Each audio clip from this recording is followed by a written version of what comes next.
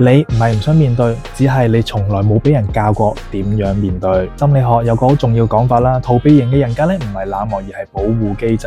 你嘅大腦咧其實一直做緊3件事。